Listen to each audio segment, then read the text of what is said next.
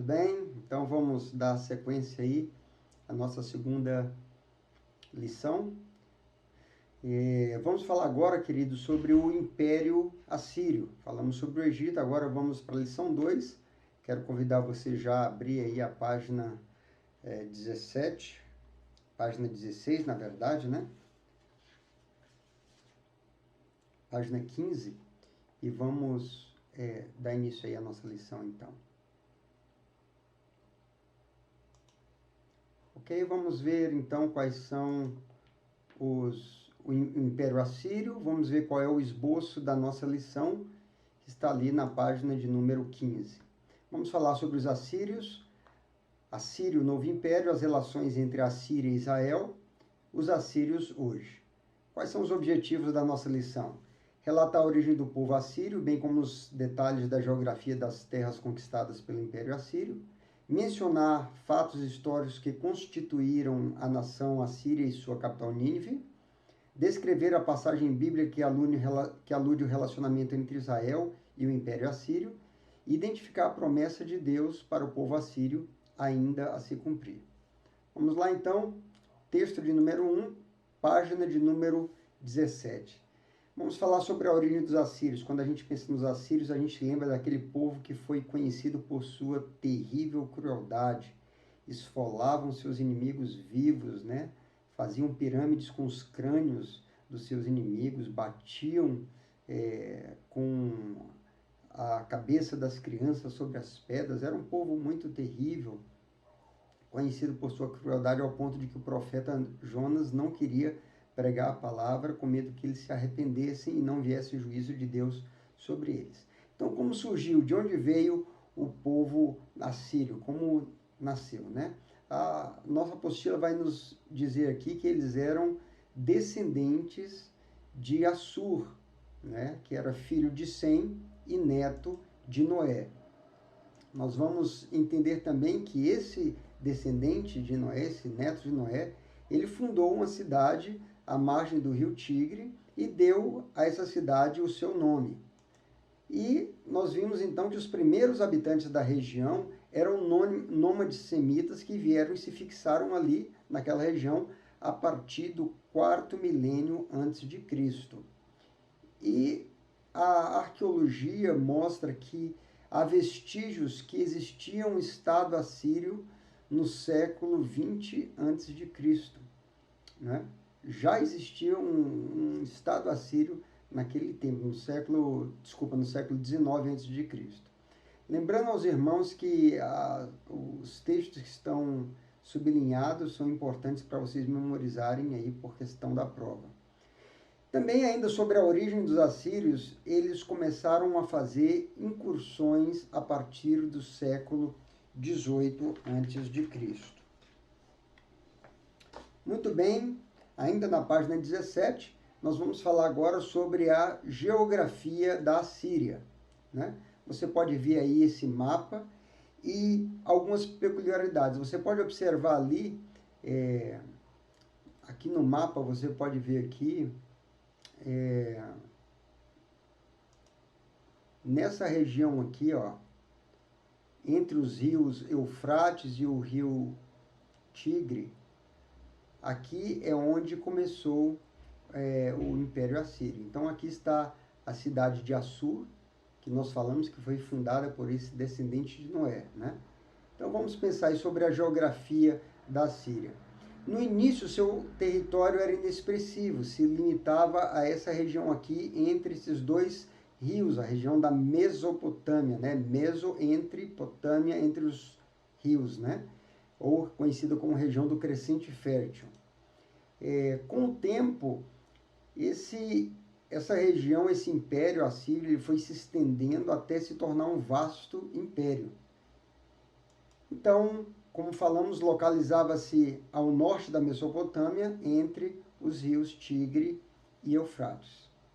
E como que se deu a formação do Império Assírio? Bom, vamos ver aí a formação do Império Assírio. Vale notar, como diz aqui a apostila, que durante muito tempo, aquela região fundada ali por Assur não tinha muita expressão. ficou por muito tempo inexpressivo ali na região do Crescente Fértil, né?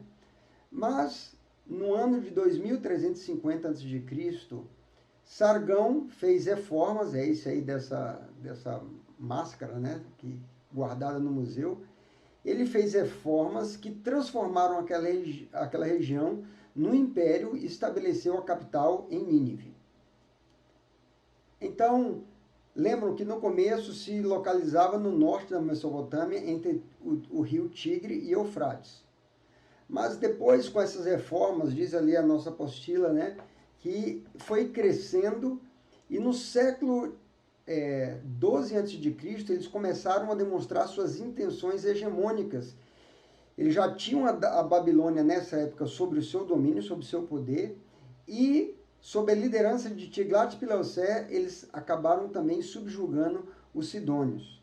Então, aquilo que começou na região entre o rio e o Eufrates foi crescendo, tomando a forma de um grande império, foi subjugando outros povos, passaram a dominar a região da Babilônia, agora os sidônios, e aí, finalmente, surge esse novo império, né?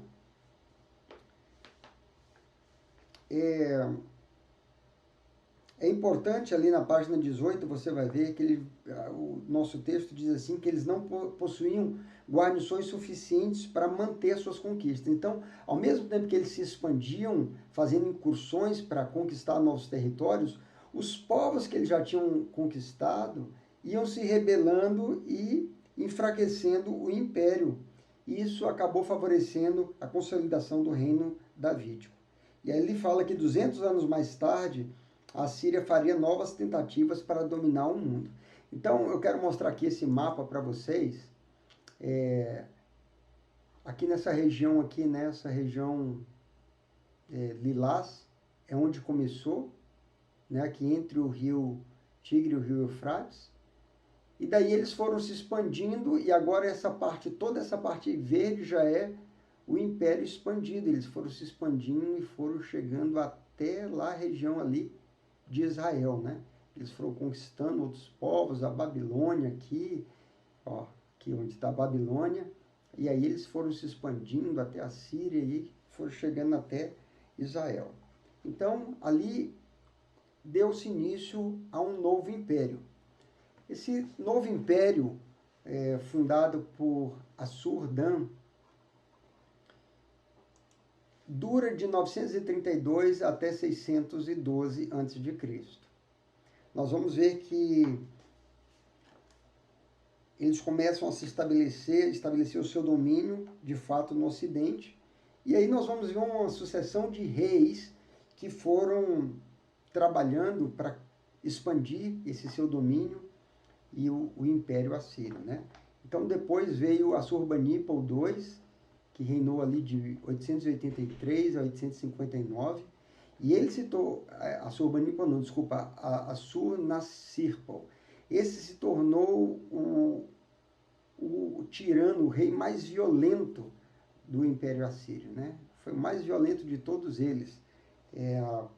Aqui nós vemos que eles cometiam verdadeiras coisas terríveis, né? Ele foi marcado por sua inusitada crueldade, como diz aqui o texto. E foi o primeiro a empregar carros de guerra, unidades de cavalaria, que juntamente com uma infantaria muito disciplinada formavam um inexpugnável e formidável exército.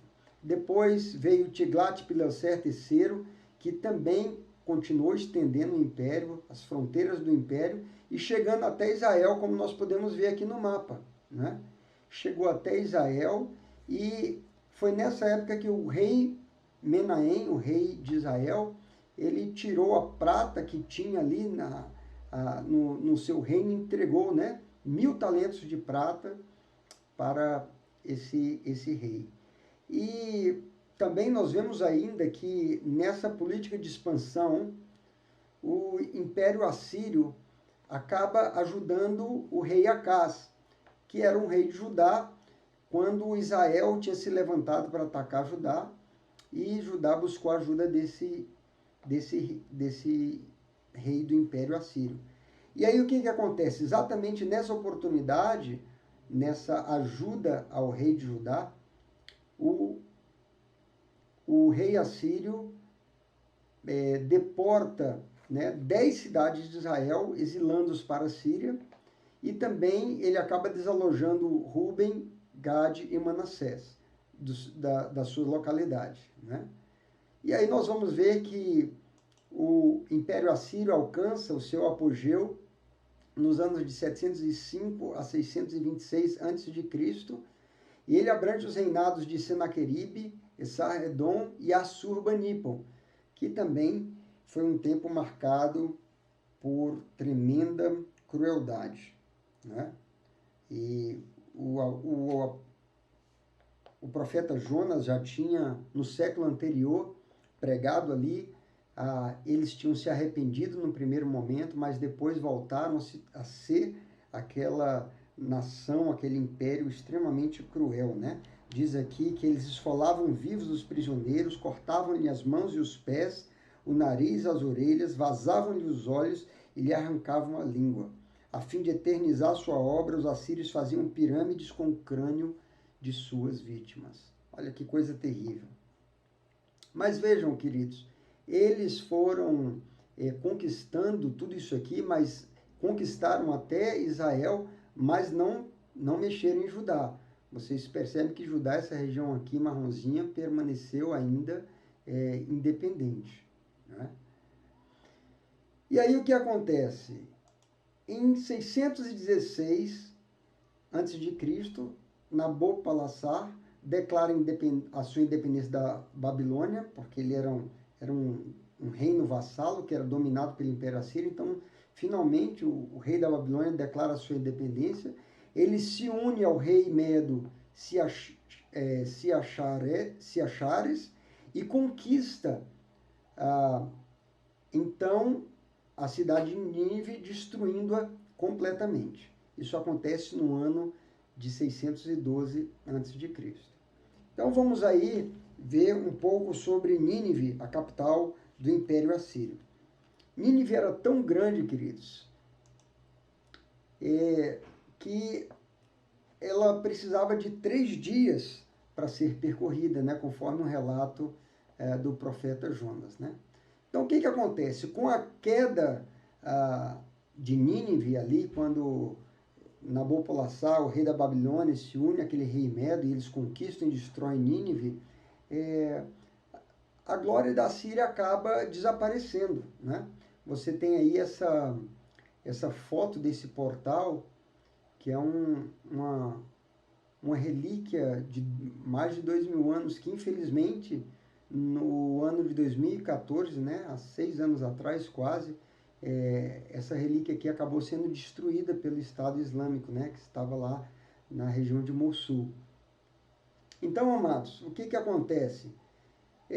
Com a queda da capital Nínive, a glória da Síria desaparece. E aí nós vamos ver que falamos da extensão, né, que durava 3 dias para percorrer. E aí essa capital, ela recebeu esse nome de Nínive em homenagem a essa deusa que era adorada pelos assírios, né, a deusa Nina. E os fundamentos dessa cidade foram lançados por Nimrod, que era bisneto de Noé. Lá depois, né, do evento do dilúvio, eles procuram uma planície em Sinear e ali começam a estabelecer uma nova civilização. Ali surge Nimrod, que lança os fundamentos de Nínive. No século 8 a.C., Senaqueribe, então, reconstruiu a cidade de Nínive e se tornou uma das maravilhas do mundo antigo. Essa cidade aí, como você pode ver nessa foto, tinha uma muralha de 112 quilômetros. Então, avançando aí para o texto de número 3, nós vamos falar agora sobre as relações que haviam entre Israel e a Síria. Lembre de guardar esse detalhe aqui importante, que no século 8, quem reconstruiu a cidade de Nínive fazendo ela se tornar uma das maravilhas do mundo antigo, foi Senaqueribe. Não foi um outro rei, foi Senaqueribe, ok? Guardem isso. Então vamos avançar aí para o texto de número 3, na página 21, que trata das relações entre a Síria e Israel. Vejam, a Síria estava buscando a hegemonia, o domínio em todo o Oriente Médio e, por causa dessa busca de domínio, acabou desencadeando crise com seus vizinhos na região do Oriente, ali ao norte de Israel, né? A Síria, a Fenícia e com os próprios hebreus. E aí acontece que eles acabam dominando e tem então a queda da Síria e da Fenícia, e por causa disso Israel e Judá acabam se tornando mais vulneráveis ao domínio dos assírios. Até que em 723, como nós falamos antes, Israel, as 10 tribos que compunham o Reino do Norte, acabou sendo deportado. Isso está no relato de 2 Reis, capítulo 17, dos versos 1 a 6, né? Aqui diz assim: no ano do 10º de Acás, rei de Judá, começou a reinar Oséias, filho de Elá, e reinou sobre Israel em Samaria 9 anos. Fez o que era mal perante o Senhor, contudo não como os reis de Israel que foram antes dele. Contra ele subiu Salmanassé, rei da Síria. Oséias ficou sendo servo dele e lhe pagava tributo. Porém o rei da Síria achou Oséias em conspiração, porque ele enviara mensageiros a Assur, rei do Egito, e não pagava tributo ao rei da Síria, como dantes fazia de ano a ano. Por isso o rei da Síria o encerrou em grilhões no cárcere, porque o rei da Síria passou por toda a terra, subiu a Samaria, que na época era a capital de Israel, do Reino do Norte, né? E a sitiou por 3 anos. No nono ano de Oséias, esse era o rei de Israel na época, o rei da Síria tomou Samaria e transportou a Israel para a Síria, e os fez habitar ali em Ala, junto a Abor e ao rio Gozã, nas cidades dos Medos. Então eles tinham essa política de quando eles conquistavam o povo, eles deportavam, eles tiravam o povo da sua terra, lançavam para outra região para se misturar ali com os outros povos que haviam sido dominados. E o intento deles com isso, queridos, era exatamente de destruir a identidade, destruir a cultura, né? E enfraquecer o povo para que eles não voltassem a querer se levantar e se rebelar contra o império dominador. E aí o que acontece, queridos? Senaqueribe, depois disso, tenta invadir Judá, mas Ezequias, né, era um rei piedoso, um rei temente a Deus. Diante daquela ameaça, daquele inimigo muito forte, ele se põe a buscar a Deus, a clamar a Deus, e Deus ouve a oração, né, e dá uma palavra através do profeta Isaías, e ali o Senhor envia o seu anjo, e 185 mil soldados de Senaqueribe são mortos pela ação desse anjo, quando o Senhor se levanta para defender o povo de Judá, né? Isso aí está registrado no relato de Isaías, capítulo 37, versos 36 a 38, e também no livro de 2 Crônicas, capítulo 32, versos 21 a 22. Gravem essas informações aí, porque isso será muito importante aí para a sua prova. Bom, eu queria agora passar aqui um vídeo para vocês de 2 estudiosos, né? Lá no Museu Britânico, onde tem vários artefatos, vários componentes ali da cultura assíria, guardado e conservado naquele museu, e eles ali nos explicam muita coisa sobre essa invasão de Senaqueribe, o rei da Síria, contra Judá e contra aquelas cidades da região.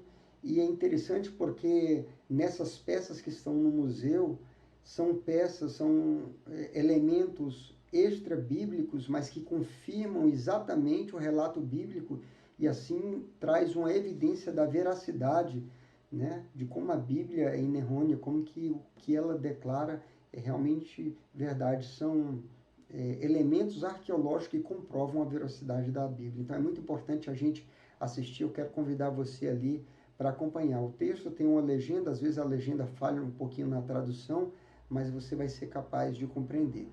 Vamos lá então? Vamos assistir?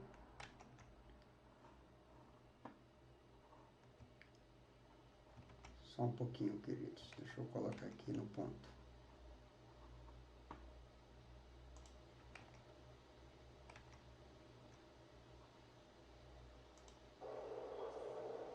We've just been talking about Sennacherib, and we've now come to the Lachish room, which is very interesting because in 701 BC, we find that Sennacherib came up against Judah. He didn't capture Jerusalem. If he had, humanly speaking, the Messiah could never have been born. But he did capture a very important city, Lachish. We're going to join Clive now, and he's going to take us through the reliefs to show the story of that battle. When these reliefs were first discovered in 1847, they were worldwide news because they were the first external corroboration archaeologically of a biblical event. We see the Assyrians setting up the siege with their bows and arrows, but significantly with the slingshot. And they've actually found some of the missiles at Lachish, and they're here in the cabinet. And you can see they're between the size of a snooker and a tennis ball, and that is the size of missile that David used to kill Goliath. We also have another record here of Sennacherib's, another foundation document, which speaks not only of Lachish, but also the siege of Jerusalem. So we have more than one record of this fantastic event. So Clive, what do we have here depicted in this relief? This was absolutely unique. It was the first time a siege had been discovered that had been depicted in relief. We see that the Assyrians had built a siege ramp between 14 to 16,000 tons of rubble, and up it is going this marvellous siege engine. There are 3 people in it. We can't see the one who's trying to steer it up, a man with his bow and arrow, and the incredible fellow looking the wrong way with a great ladle of water to put out the flaming torches that are coming down to try and set it on fire. They also discovered at Lachish 2 chains with like great fish hooks on them where they tried to catch it and flip it up. This is a cartoon. You have to think cartoon because the chaos of war, so you see the mayhem of war, but refugees coming out. At the bottom here we have a very sad scene where people being impaled. This is the forerunner of crucifixion. This is how Moses would have been executed if the Egyptians had caught him. This is how Haman wanted to put Mordecai to death.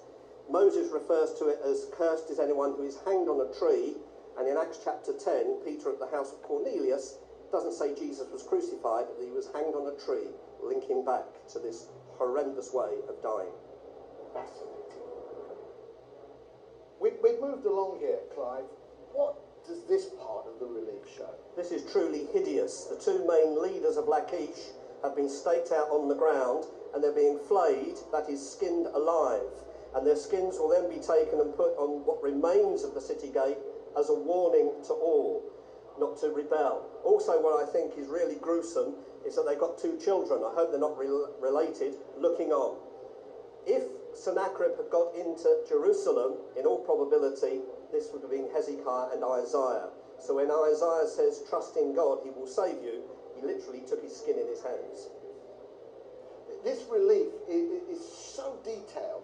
What do we have here, Clive? Here we see the king himself, Sennacherib, sat on his ivory-clad throne with his feet on his footstool. His enemies would have been depicted on them, and that is the background to Psalm 110 verse 1, that Jesus shall reign until all his enemies become his footstool. We also note that in his hand he has an arrow and a bow. The arrow is pointing down, the bow is reversed, meaning he's going to show clemency to those ones. They will not be killed. Sennacherib was a modest man. He calls himself in the inscription there, King of the Universe. Sennacherib, supreme king, king of Assyria, sits upon a throne while the booty of Lachish passes before him. But we can see what other people thought of him when Nineveh fell in August 612 BC. We think it was a Babylonian soldier that defaced him, because they believed if you take away someone's face, you take away their identity and their ability to live in the afterlife. So this is the last part of the relief we're going to look at, Clive. What do we see here? We see the Assyrians rewriting history. We know that Sennacherib brought 305,000 people in his army, and the Bible tells us that the angel of the Lord put to death 186,000 of them. Many people think it's at Jerusalem, but the Bible actually tells us it's the Assyrian camp. And here's the Assyrian camp depicted, and you won't see a single dead body. It's as though Sennacherib is saying, believe me and not the Bible. 2 Kings 18. And it came to pass in the 4th year of King Hezekiah, which was the 7th year of Hoshea, son of Elah, king of Israel, that Shalmaneser, king of Assyria, came up against Samaria and besieged it. 3 years they took it. Samaria was taken. And the king of Assyria did carry away Israel unto Assyria, and put them in Halah, and in Habor, by the river of Gozan, and in the cities of the Medes, because they obeyed not the voice of the Lord their God, but transgressed his covenant. Now in the 14th year of King Hezekiah did Sennacherib, king of Assyria, come up against all the fenced cities of Judah, and took them. And Hezekiah, king of Judah, sent to the kings of Assyria to Lachish, saying, I have offended. Return from me. That which thou puttest on me will I bear. The king of Assyria appointed unto Hezekiah, king of Judah, 300 talents of silver and 30 talents of gold.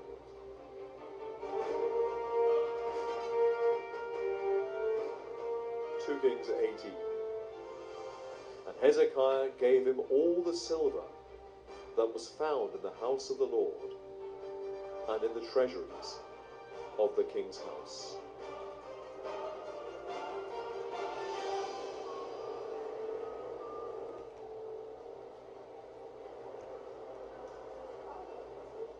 We were talking just now about Sennacherib, and this, fascinatingly, is his own story in stone. Tell us about it, Clive. The ancient Assyrians used to bury at temples foundation records, and this is Sennacherib's one of almost his complete reign, starting in 705 BC. What is significant for us is that he actually mentions coming against Judah, and in his own words, he shut up Hezekiah like a bird in a cage. And what is interesting is that, according to the Bible, of course, he was not able to get into that cage, but he doesn't say why he couldn't. And he went back, and it also lists all the places that are mentioned in 2 Kings, 2 Chronicles, and Isaiah as well. So we're incredibly fortunate to have both the Hebrew version and the Assyrian version of the invasion of 701.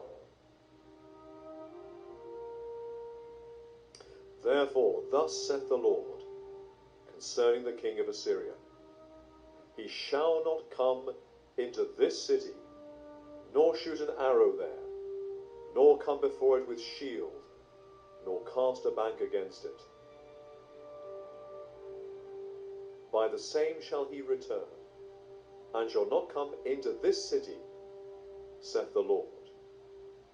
For I will defend this city, to save it, for mine own sake, and for my servant David's sake. And it came to pass that night, that the angel of the Lord went out,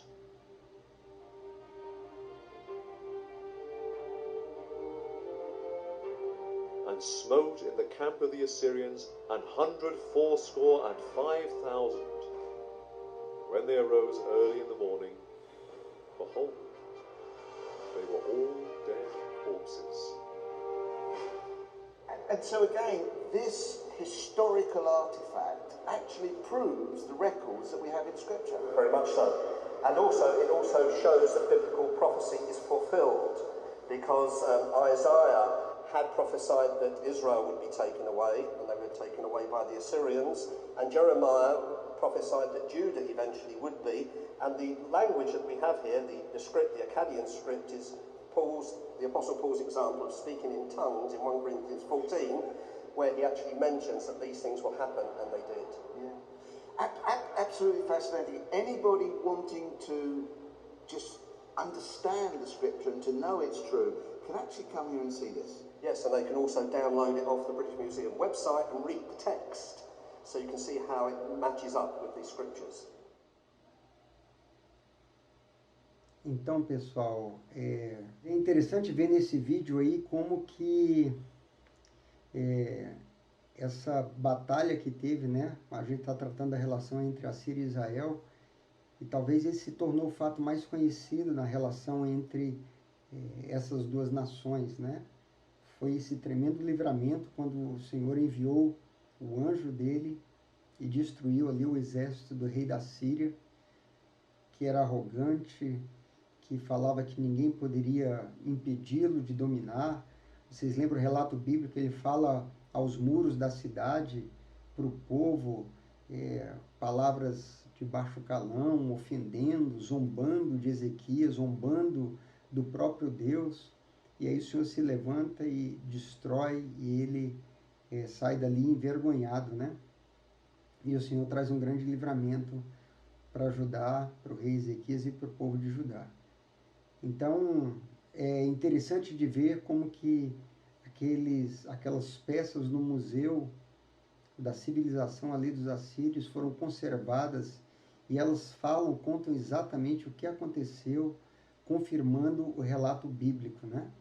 Vocês podem depois entrar ali no Museu Britânico e buscar mais informações sobre isso. Ok, queridos? Então vamos aí avançando para o nosso próximo texto, o último texto, que é o que trata da Assíria hoje, né? Os assírios hoje. Então, depois de eles terem sido derrotados em 612, e a sua glória caiu, né? Acabou perdendo a sua glória, a sua força. Diferente dos babilônios, os babilônios eles foram mais tarde completamente destruídos, mas os assírios não. Eles acabaram se tornando peregrinos e desterrados. Aquilo que eles semearam, né, desterrando tantos povos, tirando tantos povos de suas terras, isso acabou acontecendo com eles, mas eles não foram exterminados de tudo, passaram a viver como peregrinos. E o fato é que os assírios ainda hoje conservam as suas tradições e ainda falam, inclusive, o aramaico, né? E a gente vê que houve uma profecia entregue por Isaías, que está lá no capítulo 19, versos 24 e 25, que diz assim: naquele dia, Israel será o terceiro com os egípcios e os assírios, uma bênção no meio da terra, porque o Senhor dos Exércitos os abençoará, dizendo: bendito seja o Egito, meu povo, e a Síria, obra das minhas mãos, e Israel, minha herança. Que coisa tremenda, né? Esses povos que outrora foram inimigos, que maltrataram, que fizeram tanto dano a Israel, tanto o Egito, que nós vimos na lição de número 1, e agora a Síria, né?